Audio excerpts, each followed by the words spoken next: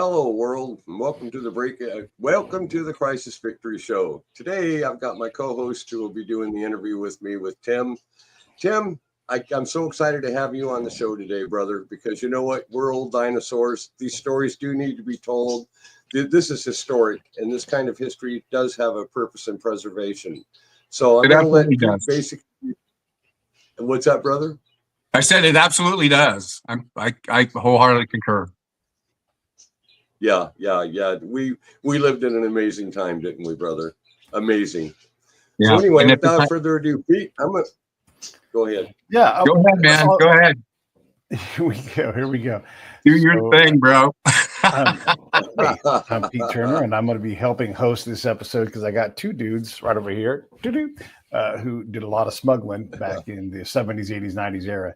And so I thought I would start off by just, I guess the thing I want to ask the both of you is, why? I mean, you take this thing that they make movies about and it's crazy and crime doesn't pay and everything else. Why did you guys end up down this road? Why didn't you become carpenters or lawyers or something else? Well, I'm going to let Tim start off and then I'll back up.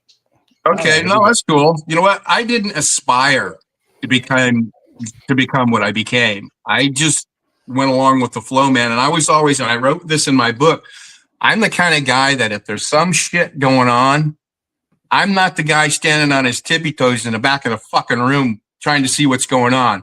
I'm the guy elbowing his way to the front to see what's happening, because if there's some shit going in there, I want in on it. That kind of thing. But I never passed up an opportunity that sounded good to me in any sort of a way, because, I have adopted a philosophy early on in life that if I never wanted to look back on something and say, I wish I'd have done that. I just went and did it, whenever possible. So when the opportunity arose for me to, I could get into my, California years working for the Rat Pack and Sammy Davis Jr. Coming back from that, I came to Florida, just on a whim, right out of LA, straight to Florida, because a buddy of mine was working on a fishing boat. He said, I'm going to go work on a boat. You want to go? Fuck yeah. I packed my shit up and off we went. We wound up to the far dead end of Highway 29 and 40 in Southwest Florida. And that was a dead end on Chokoloskee Island. And I had a temporary job helping build his brother-in-law's house and his sister's house. And he went and got to work on the stone crab boat. And, you hear the rumors about what's going on, blah, blah, blah, blah, shit, they're just ghost stories until you become one of those ghosts. And that's what happened to me. My buddy Mark was working on this crab fishing vessel, which we have a picture of. What wound up happening was, that's me and my buddy Mark staying on the back. That's me to the right, Mark to the left by the wheelhouse door. We could put 25 tons on that boat and run with it. What happened was they hired me to go out on that boat every day and pull stone crab traps. And I think I have a picture of the traps there as well. But they'd go between 50, 55 or so pounds, a piece, because they're, they've got 6 inches of concrete in the bottom of them. So when you push these things off the boat, they'll land flat on the bottom like they're supposed to, because we're only in, sometimes in 25, 30 feet of water, because they have to turn over quick and land like they're supposed to. And we were pulling 600 a day because we had 6,000 of these fucking things. So long story short, now they impart on how this works. You get on the boat at 3 a.m. It takes the boat a while to get out to where we need to go to pull the traps and shit, and as soon as it's, just light enough to see, we start pulling the damn traps. As soon as you can see that buoy, man, because we got a lot of work to do. So I get on a boat, I get in a bunk, we cast off, and I'm out there, and I wake up, sun's up, boat's not moving. I'm like, fuck, I think we were supposed to be working. And I leaned over and I looked out of the bunk, and there's, Captain Billy sitting there in his chair with a big fucking shit-eating grin on his face. He goes, Timmy, we're not going to pull traps today, buddy. He says, we're going to go offshore and unload a pot boat from Colombia later on this afternoon. I said, okay. So they just kind of, sprung it on me, man. They hijacked me out there. But, my buddy knew me. They knew me well enough to know I'd be cool with it. So it was a bit of a tongue-in-the-cheek sort of affair with them. And, we unloaded that first load. My first load unloading a boat was 15 tons. And we brought that load in, and we brought it into shore. And the smaller boats, the T-crafts, the mullet skiffs, and 20 other smaller boats with 2 guys in each boat come out like flies on a garbage can, and we start loading and throwing this shit on them. And they take it through the islands, take it to our island where we've literally taken the furniture out of somebody's house and load that house slap ass full of the shit. And, this all happens between sundown and sun up. And when sun up comes, that's when the shore crew takes over. And that's when they start loading cars, trucks, vans. And this is when the women get involved. That's why over half the town was doing this. It takes 60, 70 people to make one job work. And when you're working we worked 28 nights in a row one time. That was in my book too. I mean, we just non-fucking stop. So you can only work 2 or 3 nights in a row, or otherwise you're dead, man. I mean, you think the adults are out there humping these 80-pound fuckers, 800 to 1,000 of them, moving them twice a night sometimes? You think the adults are doing that shit? Hell no, man. They got every able-bodied guy that works on the stern on the boat in the fishing fleet, which is about 40 boats out there, doing this shit. So you work 3 nights, and then you take a break. A couple other boats work, you get in with a couple other, and everybody, I mean, we're like sharing the work, man. It was insane, and that's just how it happened. I tripped and fell right into this shit, and it went that way for years. And I learned, as I'm going through this whole scenario, in bits and pieces and being exposed to this, how it all worked, how the mechanics of it worked. Yeah. And at the time we were just doing what we were taught as kids. All I knew as a kid was, 30-ton, 40-ton loads and boats, sometimes freighters out there.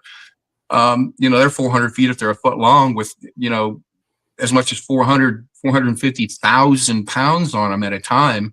We would just take night after night after night, go out and unload that bitch until it was empty. And there were times when we had 5, 6, 7 houses on the outside edge of the island that had docks on them, jammed full of fucking weed, man. And day after day, just drive shit off the island in daylight, in broad daylight from Miami. There's one road into Everglades, Highway 29, one fucking road. And there's one road to Miami from there. And I'm asking people, how the hell do you think we got that shit over there, man? It wasn't on the backs of friggin' pelicans and porpoises, man. It went down that one goddamn road.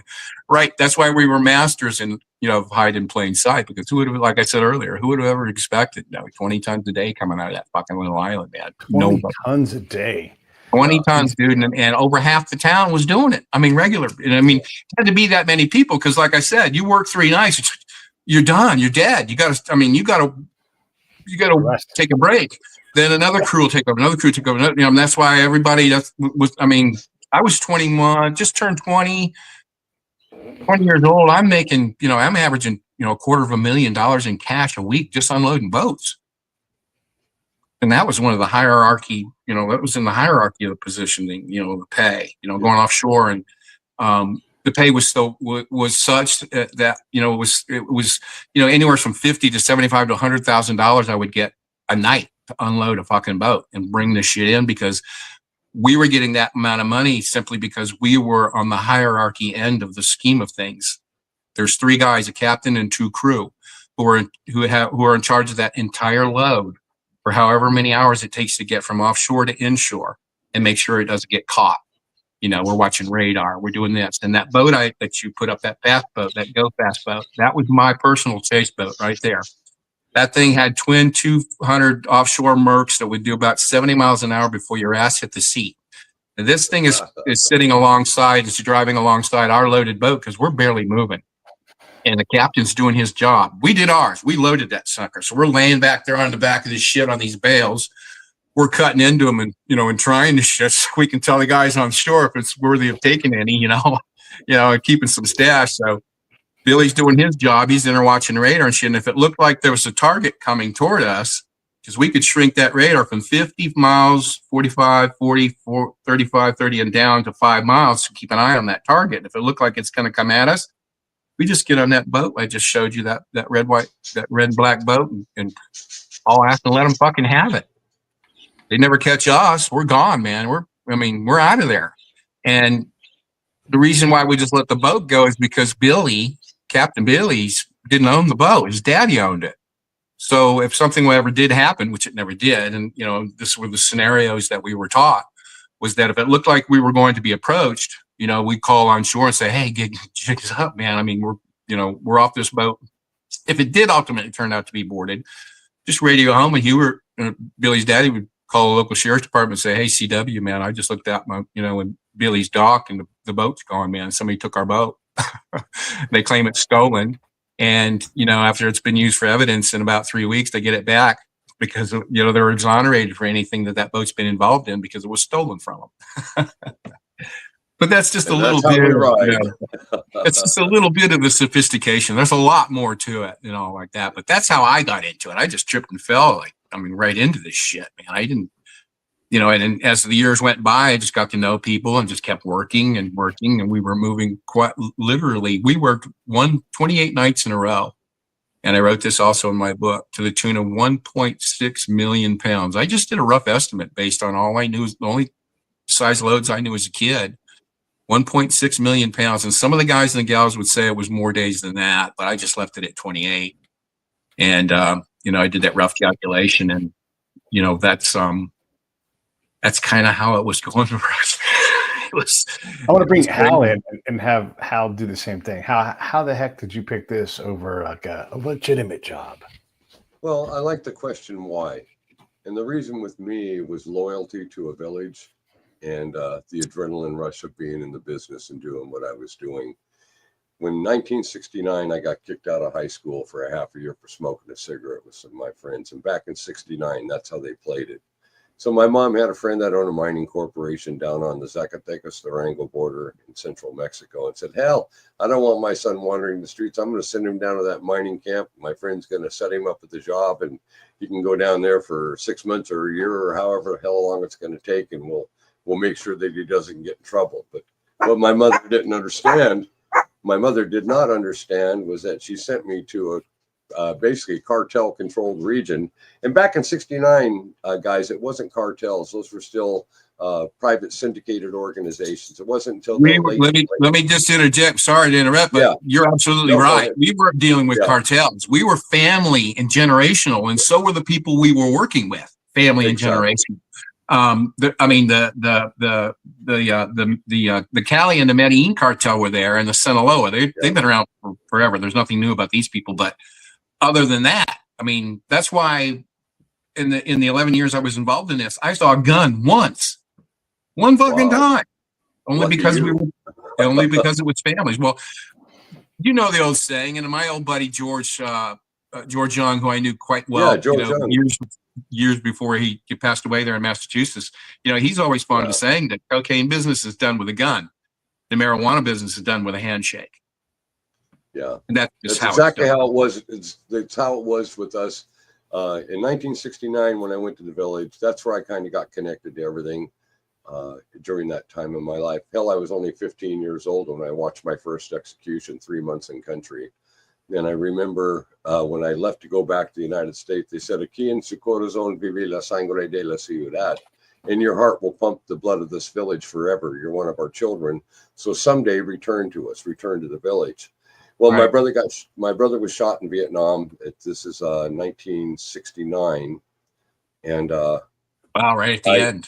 So what I did is I went and got a GED, joined the Army, and by the time I was 17 years old, I was in.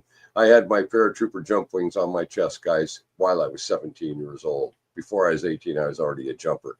So, the adrenaline was already there. But what I always had in the back of my mind was the love of the village and the people that I'd come to know down there. And Tim, my story is so much different in regard because we didn't start out with multiple ton loads like that. The village had the Chowari Indians up above the village area in the hills there. And they were growing marijuana, and that really shitty marijuana back in the day, brother. I was paying $20 a kilo for it, and I remember I was paying $10. I was paying $10 a pound. Yeah, that Santa Marta? Were you getting same price? Were you getting Santa Marta Gold and Santa Marta Brown? I was getting Colombian Red, Colombian Gold, the Santa Marta. You had to go inland. You had to go a bit inland in the higher elevations for that. Yeah. And a lot of that stuff, you weren't getting boatloads of that stuff. It was too far to the shore. You were sending either 3s or DC-10s in there for that shit. Yeah. Because, and plus they weren't growing as much because we're taking better care of it. Yeah. Yes. But that being said, when you're down near the, in the lowlands in the river area and the lowlands buying the Colombian Red for $10 a pound, but you're up in Santa Marta in the highlands and buying that Puta Roja for what, $40 a pound? Yeah, fascinating history, brother. It's, and it makes itself up in price versus bulk. So that's why you could fly inland, load a DC-3 with 6,000 pounds of the shit, fly out of there with it, and you're still going to make a fucking killing. It doesn't have to be a massive 20, 30 ton load. Well, when we started out, and I came back after my time in the military, so in the spring, the winter of 74, spring of 75, I took a college break and decided to go down and see the village. And a friend of mine, and I knew Ramon Arellano Felix when he was 7 years old. One of the heads of shit. Yeah. We used to ride. Yeah, we used to ride burros together along the poppy fields there on the Zacatecas Durango line, and all I ever saw was really beautiful flowers and fields full of them. I never realized they were manufacturing heroin down there. I was more interested in the marijuana. This is 1969, brother. Yeah, but you know what? That Mexican shit was so leafy and so full of shit. And the government was spraying paraquat all over this shit. Yeah. I mean, nobody in wanted the early it. 70s. Yeah, you're exactly right. I remember spotted kilos, and we'd open them up. They had all those little dots on them from the paraquat. But getting back to it, what happened was I came back down, and they said, hey, listen, go back to the States, grab a big car. They told me the kind of car to get. Bring it down here. We'll put it in the chop shop. We'll cut the compartments in it, and we'll get you running marijuana for the village. Now, my village, Tim, was only 200 people, and they were very impoverished. I mean, extremely poor people. But the syndicate family that controlled that whole region were very wealthy. And his son was also my age. So during the time that I was in Mexico as a child, I grew up and spent days and days and days at their very wealthy ranch, and was brought into the family. And they said, someday, come back, come back, come back. Okay. So I went down for a 2-week vacation during my college break, and I hooked up with him. And by now, he's just coming back from the university in Mexico City. He's educated. His father's got him trademarked to go into the industry. And I mean, he's on his way up. And he says, well, listen, you got to do this for me, brother. He says, you're up there. And he says, you're my brother. We're brothers. We grew up as kids. And this is around the time that we started buying up all the Chowari Indians weed. I got other guys in college bringing their cars down there. I mean, I had a railroad freight train going of this low-grade Mexican marijuana. And then I met this guy named Rafael Cara Quintero. He was over in the state of Jalisco, and he was from Sinaloa. And I grew up with a lot of guys out of the Sinaloa region during this time also. And then there was this guy named El Chapo Guzman, but we just called him Chapo. And before him, it was Gallardo, wasn't it? Well, no, that's Anglo Didn't Gallardo. He run the Gulf cartel? Well, Gallardo and Chapo together were the ones that went over to Jalisco. Gallardo went first. Chapo followed. Okay. And gotcha. And Chapo and I were just in the marijuana business at that time. Pete, you got a picture of me at Chapo. If you want to pop it up. And this picture here is over 40 years ago, brother. That's me on the right. The guy on the left is Chapo at the age 26. I'm 28. And the guy in the middle was a contract killer for the Jalisco cartel. And, nice. So we were kids. So anyway, I meet Chapo. I get to know Chapo Guzman and all that. Right. And Anglo Gallardo was kind of the overlord and the boss of everybody doing the marijuana business down there at that time. Well, things went good for about 5 years. I know that people are thinking when you're telling this type of a story about, are you out of your fucking mind, man? What were you thinking? Well, in my case, and probably in yours as well, you're not thinking that way. No, because not at all. They're not giants. You don't think in those terms, Yeah. That's way, then it's that way business can be done more comfortably, and you're not, scared that somebody's going to pull a gun out and blow your fucking head off. It wasn't like that. Oh, believe me, brother, that came later. We can attribute that to Pablo Escobar. Well, Pablo Escobar came up and he educated the Mexican cartels on the art of torture and all that. I've been kidnapped and tortured. I've been captured as a prisoner in foreign countries. And tortured. I've been through all that. But getting back to this part of it, right? This was an era, like you were saying earlier, Tim, of hugs and handshakes. There was no weapons. There was none of that nonsense. This is low-grade marijuana. Dealing in fairly big quantities, not as big as yours, but we were moving cars by this time. And what got me over to Jalisco State was we bought up all the Chowari Indians, thought they could grow, except for what they kept for their permanent residents and permanent people that they had always the village had always sold to. So I went over to Jalisco with a friend of mine, and he hooks me up with these guys that are doing it, a guy named Angel Felix Gallardo. So I'm sitting there with Felix, and he introduces this guy that comes in, that's Chapo Joaquin Guzman, which later became El Chapo. And we all kind of made up a friendship and all that. And then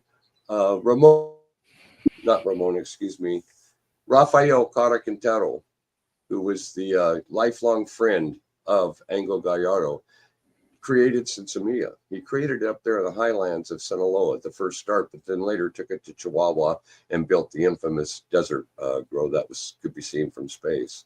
So anyway, the marijuana industry started changing, and this is now we're in the late 70s. And I think it was 79 when cocaine first started coming across the border into Mexico and coming up through the routes. You guys down there started coming through the Mona and the Windward Passes here in the Caribbean to Miami. Yeah. Because it was the very early 80s when we started. By then I'm flying my own planes. I'm going down there. We're picking up bigger loads. We're doing all of that. And we cut an airstrip. We cut an airstrip on a rancher's ranch there in the state of Sonora, about 200 miles north of Hermosillo. And I would fly through the Yaqui Indian Reservation, which is half in America and half in Mexico. And we would canyon fly our planes in there. And I'm only using a 185 Cessna. I'm not flying DC-3s, brother. Right. But what happened was the last load I drove across the border, and I did more than 60 crossings there. The last load I drove, they put kilos of cocaine, and they said, now you're going into the cocaine business. And I'm sitting there going, what the fuck? You know, I'm in this warehouse thinking I'm picking up pot, and they come out with this, and everybody's got AK-47s. They're all paranoid as hell. They're just high-strung, energetic, just exactly the opposite of what I was used to. The whole landscape changes. Instantaneous. Well, as you know, so did the money. We went from hundreds of thousands to tens of millions overnight. And I remember really well when I came back down, and I remember Chapo and one of his lieutenants was talking to me and said, look, we don't want you to do this no more. You're up in the Pacific Northwest. We need you to develop the pipeline into the Northwest. We want to carry it into Canada, So it was in 81 is when I first went to Seattle, where I was born. And I hooked up with a guy up here named Pat Grady, may he rest in peace. And Pat was the guy that was moving cocaine in the city and one of the bigger dealers at the time, but they weren't getting no kilos up here. They didn't have a connection to put on the kind of weight that I was capable of getting for us. Right. So Pat connected me with the kilo level and multi-kilo level buyers the first year that we started working together. We went down to Culiacan together, and we started picking up where we were getting 400, 500, 600 kilo amounts that were being dropped off to us. And I was moving a quarter to a third of a ton of cocaine a month up there for quite a while. And Operation Northern Exposure was founded in 1991. I just come out of Folsom Prison in August of 89, went home to get away from all this crap. And I ended up with an envelope with $5,000 in cash and 2 plane tickets in it to go to Las Vegas. So take my fiance, we jump on a plane, go to Vegas, and here I am getting hooked up with one of my former associates in that business. Says, hey, look, man, you know, we lost $450,000 load. They want you to pay for that. And I'm saying, what do you mean? I kept my mouth shut. I went to prison. You know, the load's paid. And he goes, well, you know, that's not how they work at Sinaloa. So that's what got me back in the business. So I went ahead and put everything together. And then it came to a point where I was financially set for life. I didn't need anything more. And Tim, I'm starting to have kids. I'm now married. You know, I own companies all over the place, and the records. I just got out, and they keep throwing me back in. Well, ain't that true? Isn't that true? So anyway, I decided to go to Culiacan and talk to them and say, hey, look, guys, I'm done. I'll go ahead and set up your people with what I've got built for you up there. And I'm taking, they said, yeah, no problem. Give me hugs and handshakes. And I got home, and there's 2 soldados sitting in my driveway with 350 kilos of cocaine. That was their answer. So by now, you know, I had a high-ranking police officer on the Seattle Police Department on my payroll. He'd been on there for almost 2 years. And he told me, he said, man, the feds are really looking at you now. You're heated up. And one night I lost 38 kilos at a restaurant in downtown Seattle. And what I heard later by the DEA was they thought this guy only had like 2 or 3 kilos. They hadn't seen this kind of loads in the Pacific Northwest. Right. And they opened up the trunk, and there's damn near 40 kilos. But what killed us was every one of them had the soccer ball symbol on them. and that was Don Pablo Escobar's personal signature. And that was it. Operation Northern Exposure was formed. Right. And I kept trying to renegotiate and get out. They weren't going to let me get out. So I hit a point where I turned the load around and I walked into the U.S. Attorney's office the very next day and said, fuck it. I said, I need a bigger baseball bat than the Sinaloa drug cartel to get away from this. So, yeah, so I wasn't some guy that got pinched and decides to tell on all the boys and girls. I made a strategic move because it was to a point where, you know, death or life in prison was imminent at that point. Right. And based on my law enforcement contacts telling me, look, Brad, I mean, you know, they're really case building on you. That stuff that you got busted, that was Don Pablo's kilos. That went all the way back to Washington, D.C., and they just weren't going to allow that to manifest in the Northwest. So that's my story. So my answer to the why is basically loyalty, the adrenaline rush of doing it, and then the completion of the power that I hit the level that I wanted to be at, and then to return to a normal life, but as a wealthy person returning to it. And another thing, Tim, and you might remember this during the mentality of that era, and Pete knows this story. It's in one of my books. We got called down to Culiacan one day, me and Pat Grady, may he rest in peace. And we thought we were going down to negotiate more kilos of cocaine coming to our region. And what it was is that we got there, we get met at the airport coming off the plane. We're putting this SUV and another one's following, of course. And they take us up into the foothills to this ranch. And as we pull into this ranch, Tim, we see this guy, he's bound and bagged and he's in the middle of a corral. And we see all these young sicarios around the corral watching, and they're excited about something. Hell, we don't know what's going on. So they walk us over to the corral, and they let 3 Wattliers out, and they eat this guy alive right in front of us.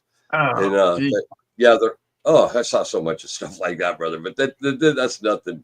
Anyway, the Hefty of the ranch comes out, takes us into the house. He says, "You guys like wearing all that gold jewelry? You like buying those new cars? You like buying fancy houses, you like this lifestyle that you've created, yet you can't show the world where a single damn dollar of it comes from." And he said, that guy was just like you. So they said, we just wanted to let you know the next time we send you down here and you get to come to the ranch, you'll be the guys in that corral. And that's when we stopped buying gold chains. And that's when we started getting really serious on developing businesses, developing real estate, where we'd buy low broken down properties and we would just dump tons of money into it to fix them up. Right. And we learned, we became mature drug dealers. I tell a similar story, contrasting that story in a manner of speaking. And it is simply that because we were young kids, you know, I mean, we're talking, you know, I mean, there were kids 19, 20 years old running boats through the islands for the, you know, just to get the shit done, you know, get the work done. And nobody thought of it because, you know, and the business being what it was at that time, you know, as non-violent as it was and family oriented. Now, if you think about it, you know, those of you that are listening who are fathers and mothers, you know, parents maybe or grandparents even, now what father or mother in their right mind would send their child offshore to unload a fucking pot boat from Colombia or another country around because they thought they were going to get killed doing it? Well, I know I wouldn't send my kids out there. So, but that's just the way it was. It wasn't like that. You know, we got, these people were generational. I mean, everybody knew everybody in a sort of a way. Yes. But, you know, that being said, as far as, you know, violence goes or anything like that, you know, I mean, you know, quite simply, the way it worked was, we always had, you know, worked out within the system. And this, you know, we're talking about 30 years plus 35 years of creating this dynamic, you know, this, the sophistication, if you will, for the lack of a better way of putting it. And when you're talking about, you know, bringing a load, if I was, you know, paid to buy, say, 60 tons of shit, Colombian, you know, let's say Colombian red bud, and I'll go down there, you know, I'll fly down on my own. My partner and I, my 2 partners in Miami and I, my 2 Cuban partners, the only 2 I ever met. I don't want to meet anybody else. You guys got work. I get it. Somebody, I get it. You and you come to me. I deal with you. Fuck, I don't want to know anybody. You know, this kind of shit.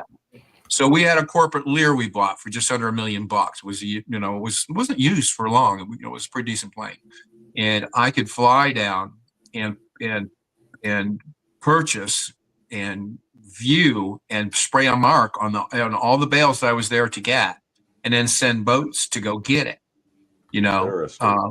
Ultimately. So they couldn't do a product swap on you. You had them marked. No, yeah. See, the reason they were marked, I like that. The reason they were marked is because, quite simply, and this has happened before. This is how stupidly ridiculous this shit was going on. We actually, our boat, when I was a kid running as crew on the boat, we'd go off to unload a fucking boat. We'd get the load off and we get it inshore and we get it in the house, and next day it's headed to shore. And then somebody would tell Captain Billy, hey, you guys unloaded the wrong boat. Oh, okay. Well, then you guys go unload ours. Wow. I love that. Shit, So what I'm having is, when I'm taking over, I'm marking these goddamn things because I want to see my mark on these fucking bales, all of them, but what wound up happening, as a matter of course, was simply that, there was always somebody, say, whoever it is, I don't care who it is that bought this ship, through Carlito and Leo, that guy goes with our boat. He goes down to Colombia. He rides with our crew. And his sole job, and one of my guys that's paid on that boat, his sole job and what he's getting paid for is to count every fucking bale that comes on that boat or that ship. Count every single one of them while their guy counts as well. So we got an even count. Now the boat's headed north. It takes about 8 to 12 days, 14 days, depending on weather in the lower Caribbean. You may know that. Any unforeseen weather patterns. And then we get into Southwest Florida.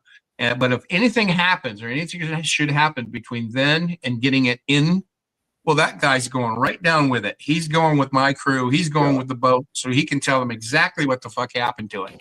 We didn't steal your shit. We didn't take it. So there was no explaining that needed to be done.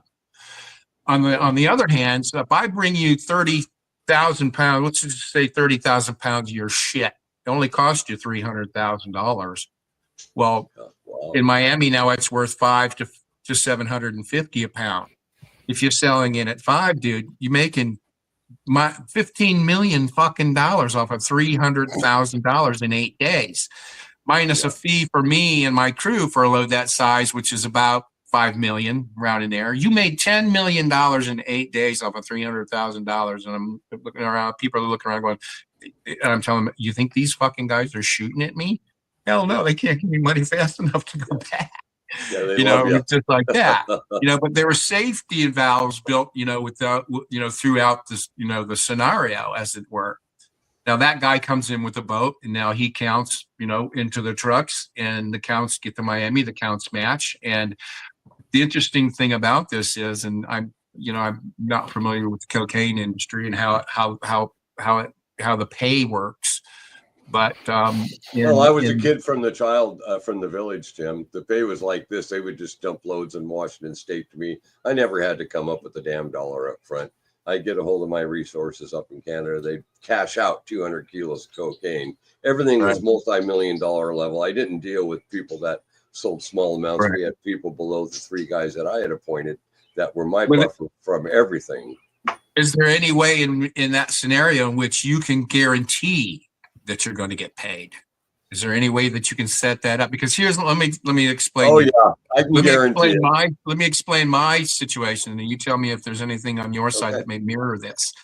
If I bring your 30,000 pounds of shit in and say you owe me, let's just throw a number out. You owe me $20 million.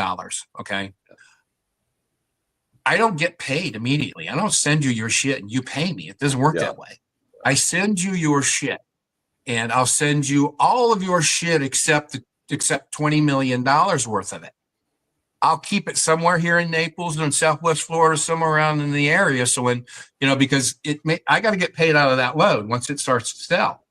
So it may be 2, 3, 4 weeks, 5 weeks go by before I get a significant amount of money and a call saying, hey, Jimmy, come and get paid. Well, in the meantime, I've probably done 6 other jobs, and the pay starts to stack up. And there are times when I'm getting paid for 1, 2, maybe 3 jobs, depending on how quickly it's selling. We're talking, 50 to 80 million fucking dollars, all different denominations, dude. And I know you're working with a lot of money. And Oh, you know yeah, what a millions. bitch it is to Billions. count. We just quit counting Boy, and do you. started, like everybody else did, and started weighing that shit, man. Hey, But Tim, you know what? It got so bad at some points that anything under $20 bills, we would get these girls and we'd have them run around town with boxfuls of 5s and 10s. I mean, it was literally insane.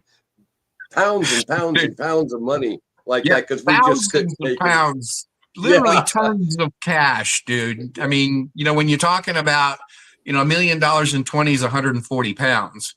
Oh, You yeah. double that with Exactly. 10, Yeah. 280 pounds is $1 million in just 10 fucking dollar bills. And $5 bills, that's when the weight starts stacking up, because when I get paid, I can't take all my money in We the never bigger touch that lower currency. money. I got to take a little of everything. Yeah. And if I have Same to thing. take, Exactly. if I'm going for $40 million, five of that's going to be $5 bills. Do you understand what $4 million in 5 looks like, dude? It'll fill a 3-car garage, for Christ's sake. Yeah. But well, that being your numbers, said, Tim. Your numbers, that Tim, was were one bigger of the than my interesting numbers. things about how it all worked. But getting back to the exposure, the amount of money that us as being kids that we're exposed to, the adults were very adamant, and they were very specific on making sure that we understood how to spend money and not have anything to show for it. Go out and have a fucking blast, do this, do that. So they give us a few of the ideas about how they would do it.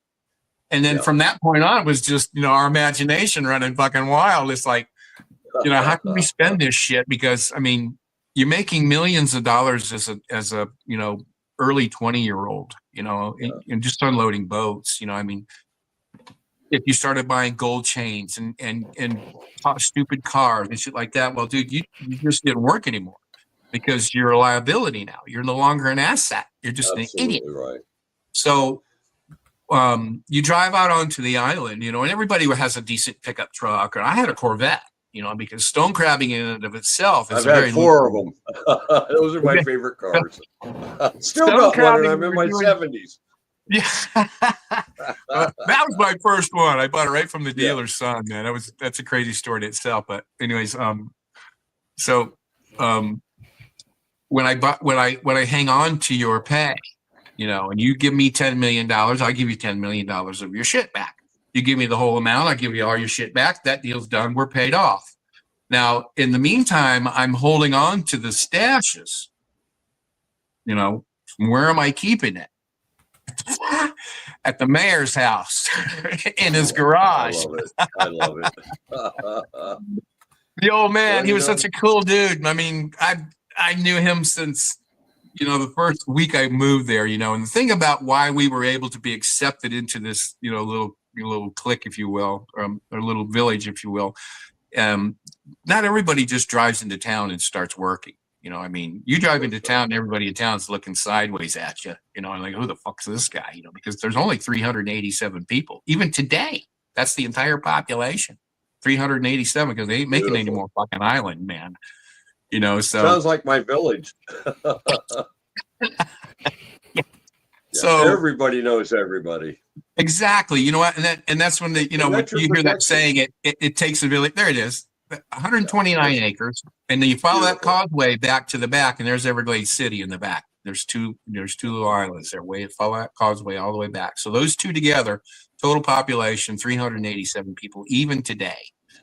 And what you had to go through, bring up that picture of the 10,000 islands.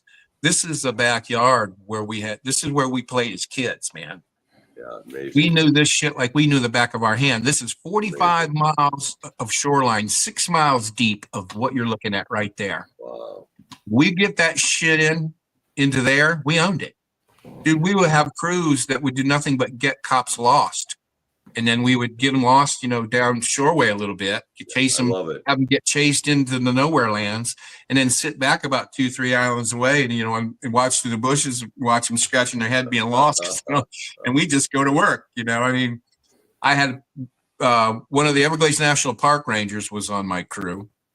One of the sheriff's deputies in town, son, was on our crew. So was the dad.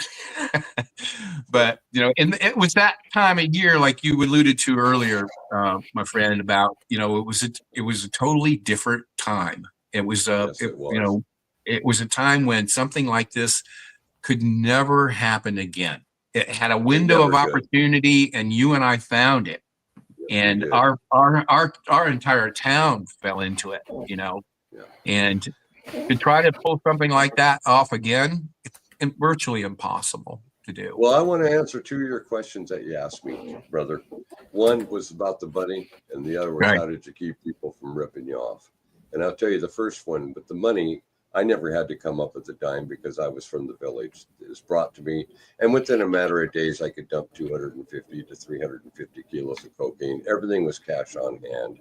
You know, I stayed very strong in the market prices. My product was the best of the best. And Right. I'll give you an example. We had one time where some Cubans came up to the Seattle area and decided they were going to come in and take over the cocaine industry.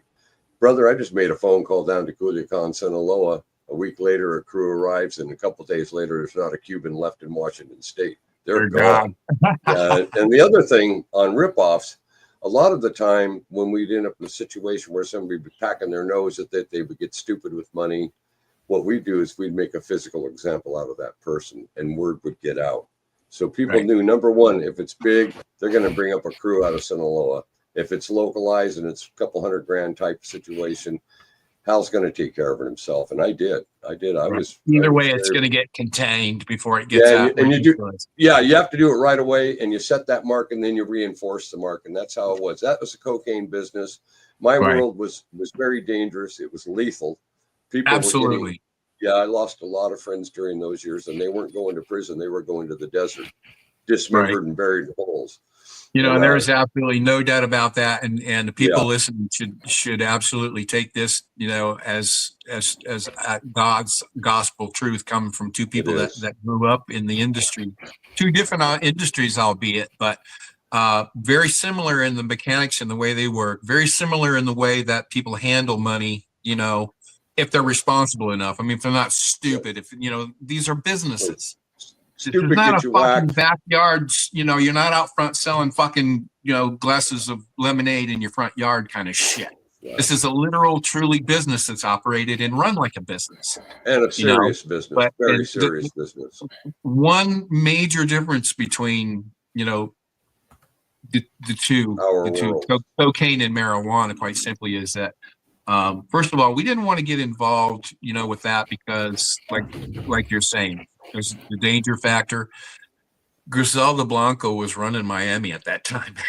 Yeah, I know, brother. They took her out in L.A., man. That was a big shock to all of us. And then they brought her out to L.A., and then her Rivy, her biggest hit man who was testifying against her, was having phone sex with the district attorney or the U.S. attorney's secretary, and they threw out her death sentences. Fucking. That's all true. You and I know the story, man. But yes, I you also understand that in the movie Blow, George Jung's partner, Diego, is actually Carlos Slater.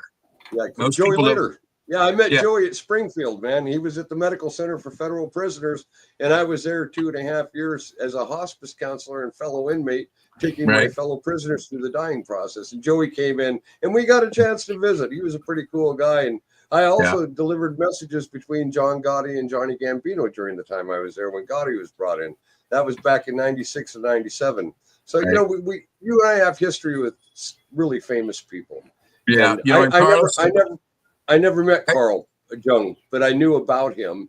And Joey Later and I would visit and talk about all that crazy shit. And oh my God. George and I had conversation after conversation, and he was a mess when he first got out in 2014. I mean, he fucked up and had to go back. Yeah. Then he came out again in 2017, and you know, he had a drinking. You know, isn't that when we lost him? I thought it was about 2017, 2018 when he died. Yeah, it wasn't long ago. And he actually passed away in his hometown in Mass, which was, you know, you know. I'm glad it kind of, you know, ended for him that way back home. Nothing but respect. Come full circle and put George back home, you know. But when they talk about Carlos Slater and Diego in the movie Blow, and you know, they're talking about the island Norman's Cay in the Bahamas. Yeah, Norman's Cay. Well, I've flown over Norman's Cay hundreds of times, dude. You can see all the airplanes that didn't quite make it. on, and then it didn't quite make it off. They're all dotted in the water around this little fucking RV. I've actually seen pictures of that. But I mean, if, like I said, the difference in the work ethic is is not all that much different. It's just it's a cash now thing. Like in my case, I can hold your shit until you pay me. If you don't pay me, if you lose your shit in Miami, I make one phone call. I'm selling this shit. My crew's getting paid. I mean, we didn't run all the way across, the Caribbean to get your shit to not get paid. Doing what it is that we do. So and here's another thing about it. When you talk about, the violence issue, people are always constantly, because, when you think drugs or smuggling, first thing that comes to somebody's mind, buddy, and this is that, weren't you afraid? I mean, a lot of guns and, people shooting. Hell no, I wasn't afraid. I grew up with them. Turn Miami Vice off. Yeah, exactly. Channel, man. Because quite simply what it amounted to was, it was a dollars and cents game. And it was a win-win, because quite simply, if I could buy your shit in Colombia for $10 a fucking pound, and you paid $300,000 for 15 tons, 30,000 pounds, you would have paid $300,000 fucking dollars. And I get that back to you in about 8 days, like I said, barring any unforeseen weather patterns, and that might slow the process down a little bit. They're going to profit. Now it's going to be worth. You're only paying me $175 a pound. That's what I charge. I'll go to anywhere in the Caribbean you want your weed. I have a family connection. Jamaica was the most popular, because I think out of the Caribbean they had the best fucking weed. The lamb's bread was the shit, man. We moved millions of pounds of that shit through the front door in Miami onto Star Island for the Ethiopian Zions. But that's another story too. But anyways, these guys were, if I can spend $300,000 and buy you 15 tons of shit, and you sell it for $500 a pound, so let's just do a small math process here. I take $300,000, turn it into 15 million minus my 5, which gives you 10. You've made 10, plus you've made your $300,000 back. Now, take the $300,000 initial investment, divide it into 9,700,000, because you want to take that 300 from the 10 million. Divide it into $9,700,000, and you get the number 32. What that number represents is the number of chances that I have to get your next load to you before you've lost money. I can lose the first 31 loads, 31 fucking loads, and all I have to do is get that last one in. You still made money. You haven't lost money. That's the ridiculousness of it. And having never lost a load, but if I ever did, they were like, just go back and get another one, because they still haven't lost money yet. And that was the ridiculousness of it. And then of course, like I'm always fond of saying, dude, we weren't the only potholers out there working, dude. There were potholers all over the fucking place. Which is an advantage for you. We were just in a unique situation whereby an entire town could integrate it into a way of life spanning nearly 30 years and 3 generations. 40, exactly. And running these southern waters in the Caribbean with literal impunity. I mean, like I said, who would ever suspect that, half the population of this little fishing village is making hundreds of millions of fucking dollars, man. Yeah, nobody in the right mind would have ever expected it. And we were dubbed the most corrupt small town in North America. And one of the most sophisticated marijuana smuggling operations ever uncovered in North America. Yeah. We had no clue we were like that. I mean, we were just doing whatever came natural, man. I mean, it was for us kids. Same with me in the Northwest, brother. I never thought I was the number one target. Well, my doing kid shit. Like when I was telling, I'm sorry, man. Let me just tell you this one thing. When I told you about when I went, I had a Corvette. Yeah. I'm in town getting groceries, because if you want any significant groceries and stuff, you take a cooler, you go to town, you go to one of the big, major chains and shit, buy your groceries. Everybody's got a little small, hometown grocery store and stuff like that. But anyways, I'm on my way home one day and I see this Corvette sitting in the Chevy dealership. I pull the fuck in there and I'm asking questions about, hey, kind of like that. He said, well, it's the dealership's owner, Taylor's son. He's turning it in because he's buying a new car. And he says, so this one's for sale. I said, not anymore. That's my car. So I bought the car, and I'm on the phone calling back to Everglades to get somebody to come and drive my Cobra back home. So I'm keeping my 76 Cobra. I'm not giving that fucker up. So while I'm on the phone waiting, I'm looking out in the parking lot and I'm seeing these brand new ragtop Jeeps for $87.95. And you know as well as I do that if you spend over $10,000 in the early days, or even today, you're required to fill out a CTR, cash transaction receipt. And they declare that to the IRS. Well, you spend anything under that amount, you could spend $9,999 and they don't have to declare it. So I'm looking at the price of these Jeeps, and when my buddy Jimmy gets back on the phone, I said, hey, get Teddy, Willie, Tommy, like 6 guys. Bring them all up. They got Jeeps, man. Let's go have a party. So they all came up. We each bought a Jeep. We went out to a place just south of here called Bad Luck Prairie, and we had all afternoon. We had one of the most badass demolition derbies you ever saw in your life with these fucking brand new Jeeps, man. We were just wrecking the piss out of them, man. And my girlfriend, dingbat blonde bartender, drug dealer cliche, she sees the roll bar in the Jeep, and she's thinking, oh, it's got a roll bar. You can roll it, right? So she's all strapped in. She's screaming. She's hanging on. We're flying through trying to find everybody. We're crashing and shit. And she's yelling, she's yelling, roll it, roll it, roll it. Like 30 minutes. I'm hearing this shit. So I just said, fuck it. I cranked it like that, and this thing went boom, boom, boom, boom. And I don't know how many times it rolled, maybe 3 times, landed on it. And I'm picking the sand out of my eyes, I'm spitting it out of my mouth, and she's still next to me screaming, what the fuck did you do that for? And I said, for a half hour you were screaming. You fucking told me to. So, long story, we pummeled these fuckers till we had at least one that was in decent enough shape to get us back to the fucking dealership. And we left it right in the drive. We left it right there. I grabbed my Corvette, grabbed the Mustang, and we all left. We left the cars out in the woods. The insanity of it.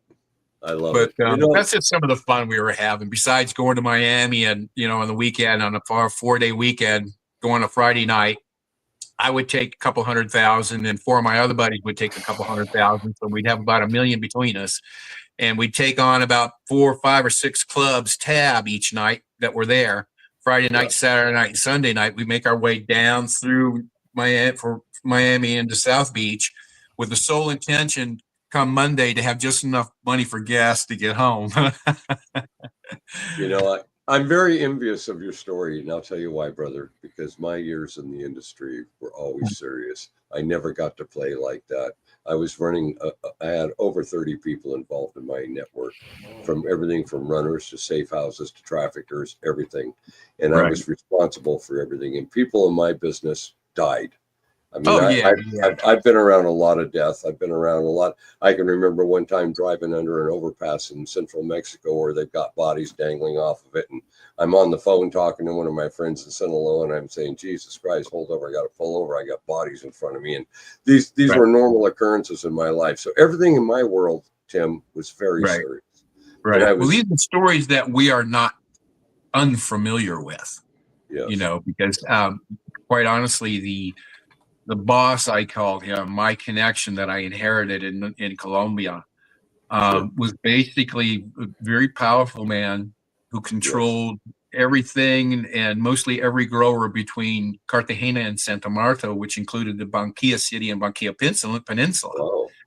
He was I forget what, first or second cousin to the Abuela brothers, the Cali cartel. I'm very familiar with the Cali cartel. The two brothers that when Pablo started shooting fucking planes out of the sky to kill congressmen, and they weren't even on a plane. That's when they said "fuck you" and they went to Cali. But and I also understand, which most people don't, and I know that you do, being in that half of the industry, exactly who Griselda Blanco was. She was, for everybody listening who does not know, Griselda Blanco was the person who gave Pablo Escobar his first smuggling routes into the United That's States. exactly right. That's who she is. She is the fucking godmother. She was the She queen. taught Pablo was to the be queen. the infamous killing, murdering son of a bitch that he became because she showed him how to be that way. Yeah, she was a witch, wasn't she, brother? Oh my God, God. She'd kill people like ordering a fucking pizza, man. Yeah, in the hundreds. She was known for that. And the two guys, interestingly enough, the two people I was working with, Carlito and Leo, and that's the only two names I put out there in the book, Carlito and Leo, Sure. Two Cuban buddies, wound up through my searching, back searching my story and going through newspaper articles and finding out what, ultimately when all the shit went down, they took on the cocaine shit. I'll take on the marijuana shit because I didn't want to deal with that. I'll take everything on the marijuana side. I'll go 50 years for it if I have to, but you do the cocaine shit. Yeah. Wound up that they were two soldiers of fucking Griseldas. I had no fucking because they were always pushing. They're always going, dude, let's do a load of cocaine. This is so fucking easy. Let's bring some coke in. I'm like, dude, I don't want to mess with those people. It's a whole different crowd. Besides, to get paid, I'm not keeping your fucking coke in lieu of payment. That just ain't happening. But little did I know at the time who the fuck I'm talking to. Tim, as well as I do, at that level of the game that both of us have played at, it's a very small world. Everybody crisscrosses, and I reflect back in the beginning of this interview where I was talking about seeing a guy taken out and shot in the head, and that was the end of the business. What Pablo Escobar brought from Medellin and brought up to Sinaloa was the art of torturing people instead. Yes. They didn't just take you out and shoot you like I grew up around. They took you out there and let you die over a period of days. Horrible. Oh, yeah. And I mean, he was a master, and that is what I came up in. And I'll tell you something. When I was in Leavenworth Federal Prison, I was approached by the Department of Justice, and they said, I was there for 5 weeks. Oh, were you? Yeah, I was getting diesel therapy. Diesel therapy. Yeah. Been there, done that, brother. But anyway, they sent two State Department people there. I was taken up to the warden's office and said, how'd you like to walk out here today? So what happened to me was as a result of my 19 months where I had operated after I'd walked in, I was all over Central America and Mexico, did a lot of damage. And they just said, how'd you like to become a contractor for the Department of Justice? And I accepted the offer. So I got taken out of Leavenworth, and I spent, get this, Tim, 17 years undercover in foreign countries. And almost all of that time was out of America. Now, you can imagine the high yield. I worked with CIA, DEA, because I worked with alphabet agents. You were kind of paralleling the Invisible Pilot and Barry Seals. Yeah, exactly. But you know what? They don't smell like guys like you and me because we earn that odor on us. When you walk in and you're undercover and you're negotiating a 3,000 kilo coke deal and you're somewhere in Central America where you're an obvious target, you come into that type of environment, you're inserting agency people, things to this nature.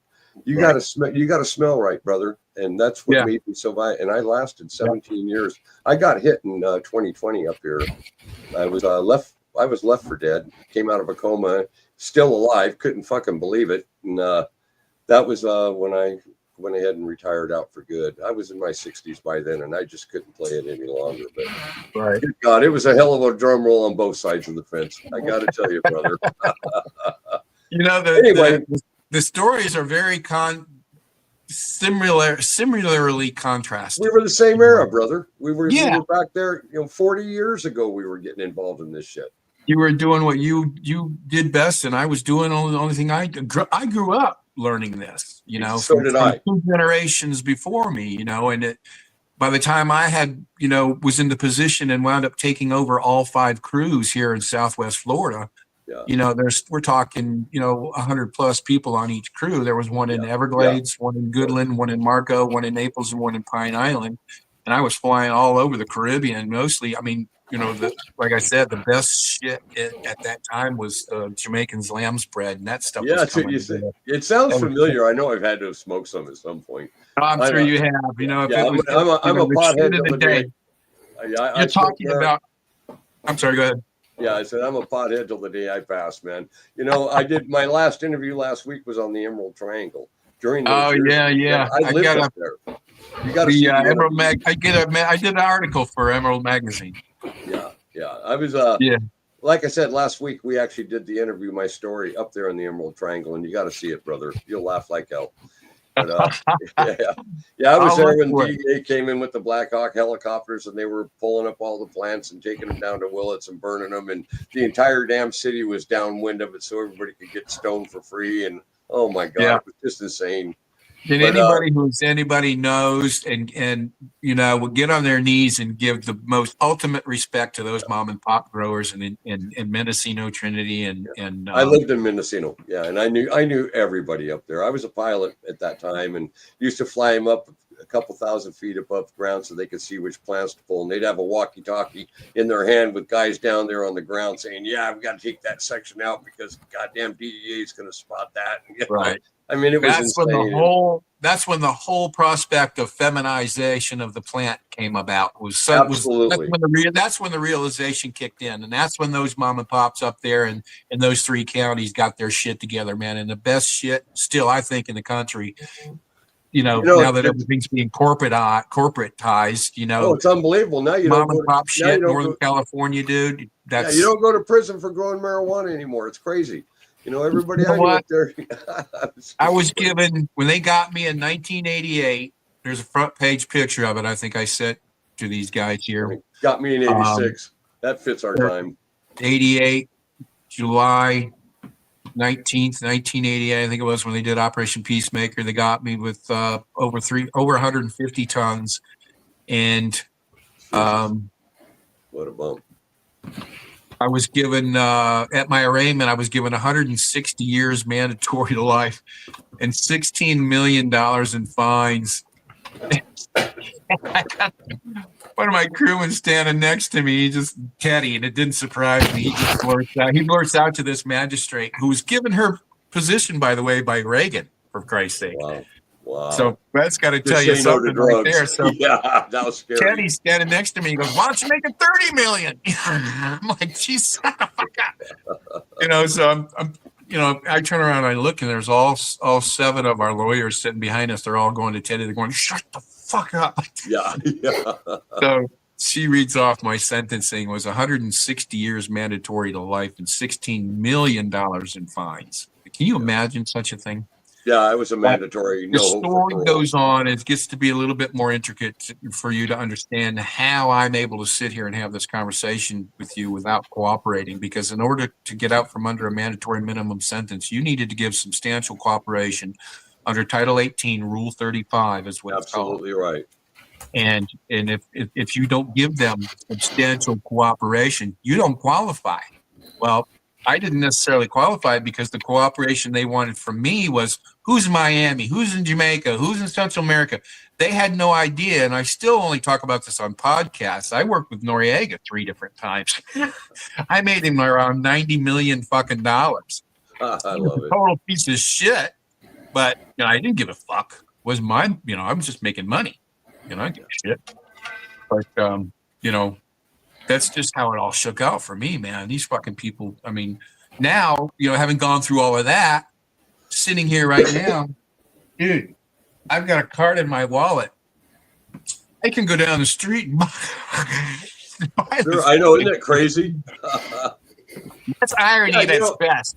I'm really glad that you brought up the legal point on that, because of the cooperation thing and stuff. That's where I knew I had the biggest poker chip in the hand. That day I walked into the U.S. Attorney's office and said, "Here the fuck I am. This is Hal Bradley. You want to help me take it out or not?" And under those conditions, ultimately, the agents that did that with me 30 years ago each became SACs of their own offices. We did so much devastation to the drug industry. I mean, we did historical stuff, but it wasn't a rat going in there because I got caught. You're talking about a drug lord walking into the U.S. Attorney's office and saying, "Let's sit down and play a game of poker. I got to get rid of a problem that won't get rid of me." The wrong way. I didn't want to get rid of the other way. So it was. I never. I'll tell you something, brother. I never in a million years figured I was going to survive that. I just didn't see it. But here I am today, and 30-something years later, and yeah, it was very interesting. It was a very interesting approach on how they went about it, because the operation that took me out and the other 5 crews that I was running here in Florida, prior to that, in 1983 and 84, in consecutive years, they did Operation Everglades. And then in 84, they did Operation Everglades 2. Operation Everglades, the first one in 83 happened. 250 plus federal agents from every branch of law enforcement across North America descended down on that little town. They were going to grab people and take them. But the older generations, they had senators, congressmen, and judges, and that shit bought off, man. So they knew 2 weeks before the operation began that they were coming. So when they showed up, anybody was there.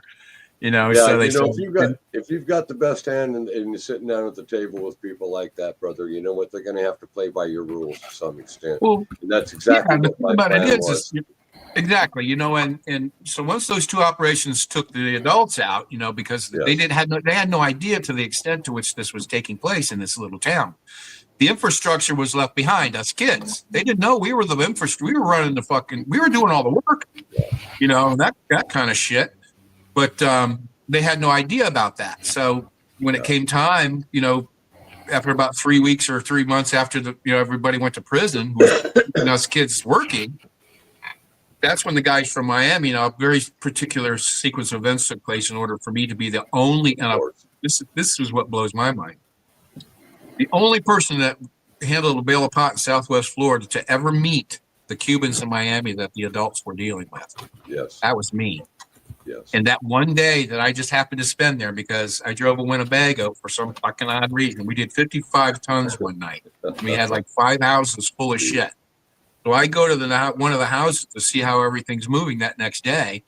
And the boss man, Daryl, he goes, "Hey, Timmy, come here." So, skipping forward, has me drive this fucking Winnebago, 40-foot Winnebago that had everything in it stripped out from the windows down. Of course it did. And he said, leave the curtains and the cabinets and that shit, because when you look up in there, that's what you're going to see. But if you walked over and you looked up in the fucker like this, it's solid bales all the way across to the other window. We even took the captain's chairs out, threw them out the door. We put airbags in the springs, inflated the airbags, and put 11,500 pounds of bales in this fucking thing. We even had to pull one out so the driver could sit there on the bales and drive this thing because we took the seats out. I go over and Daryl says, "I need you to do me a favor." He points at the Winnebago and I went, "Oh, fuck. I just made 75 grand. He said, "I'll give you 35,000. Drive it one way, but here's the deal." We started and developed what the U.S. government and even law enforcement now describes as the dead drop. Our cars and trucks and vans and whatever was loaded would drive out of Everglades down that down 41 and into and off of Chrome Avenue into somewhere in East Miami or West Miami in a plaza. Get out of their vehicle, go window shop, and we would have a guy of our own sitting with the Cubans that actually owned the shit, pointing out, "Those are vehicles, those are ours, that's ours, that's ours." They would put a guy in it, go empty it, and bring it back. Our guy would get in it and go back and make another run if possible. So there was a barrier between us. Nobody in Miami knew where the shit was coming from in Everglades, and nobody in Everglades knew where it went in Miami. So if somebody got popped, nobody could tell anybody anything. Yeah, we had a similar setup. We had crash cars that would take out even law enforcement vehicles if there was something coming down on a load heading up the freeway. We had all that too. You have to in that business. There's so much involved.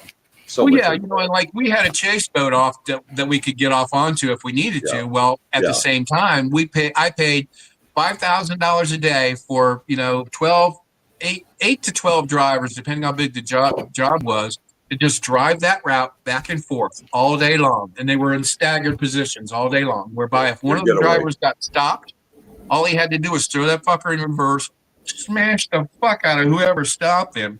Now he's not going to, his vehicle's done with, but you can't outrun his radio. But what you can do is run and get out of sight of him.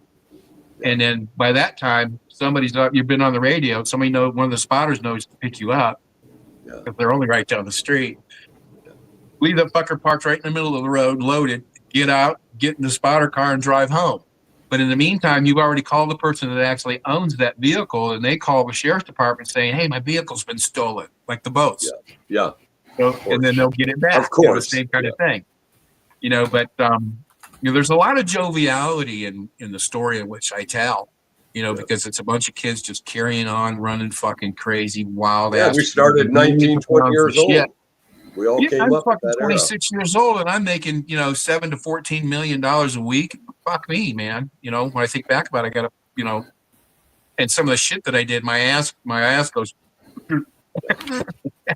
Can't believe Yeah, that but I was. you know what, Tim? Tim, you know what? When we're in our 80s and our 90s, we're going to be able to sit on that porch and rock that chair with a gleam in our eye, because you know what? No one can take the memories, the life we lived. And I got to tell you, as we're wrapping this up, I got to tell you something, Tim. This was like a walk down memory lane today for me. God love you, brother. Man, absolutely. Thank Me you too. for the journey. Yeah.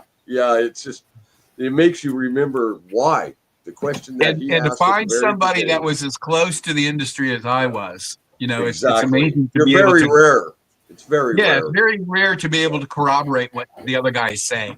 And like you said, that really caught me the other day was when or the other part of the interview, excuse me, was when you were. I remember the day they got 80 proof. Yeah, you remember when they found out how big you really were, and that's what happened to me in Operation Horn Exposure. They had no idea the amount of hundreds and hundreds and hundreds of kilos of cocaine I was running through here at that time. They weren't even close to the idea, and they were so pissed off. I mean, they couldn't believe it. And so when you made that comment, it just brought that back so strong. And I love you, brother, and I'm glad you're good today. And man. Keep smoking that good weed. I do the same thing every day of my life. I'm a veteran with PTSD because of my captivity. Well, God bless you, man. Thank you.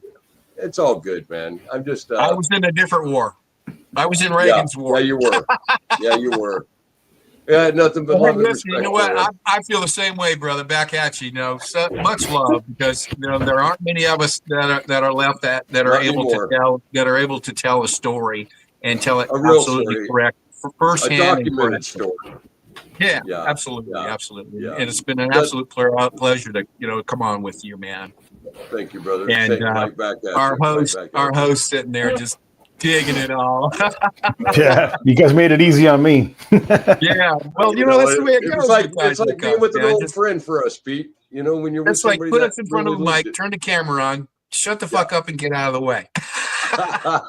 Yeah, there you go. All right, brothers. Hey, I'm going to roll. Absolute pleasure, Tim. Let's stay connected a little bit, man. Yeah, we're going to. I'm going to get that information from Pete, and I'll hook you up with my private information. And yeah, I'd like that. Awesome. And for everybody out there listening, we did show a picture of my book. It's available on Amazon. It's in its second printing now. The first printing was a hardcover edition that sold tremendously all over the world. And now the paperback edition, which is everything the hardcover is on sale for the holidays for $18.95, I believe it is. And I guarantee you will not be disappointed. This is a firsthand me sitting next to the couch telling you exactly how I went through this shit, how it works, how we all got busted, how we all got life in prison, how we all managed to, get out of it without having to, tell, rat, whatever you want to call it, shit like that.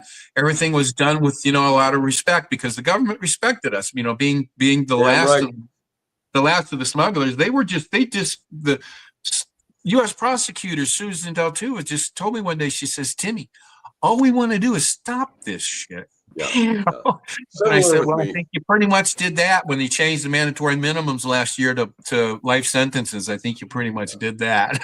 Yeah. But anyways, let's do this again, man. Let's continue this conversation another time. I would very much enjoy that. I love you, Tim. God bless you. Back at you, brother. Much love.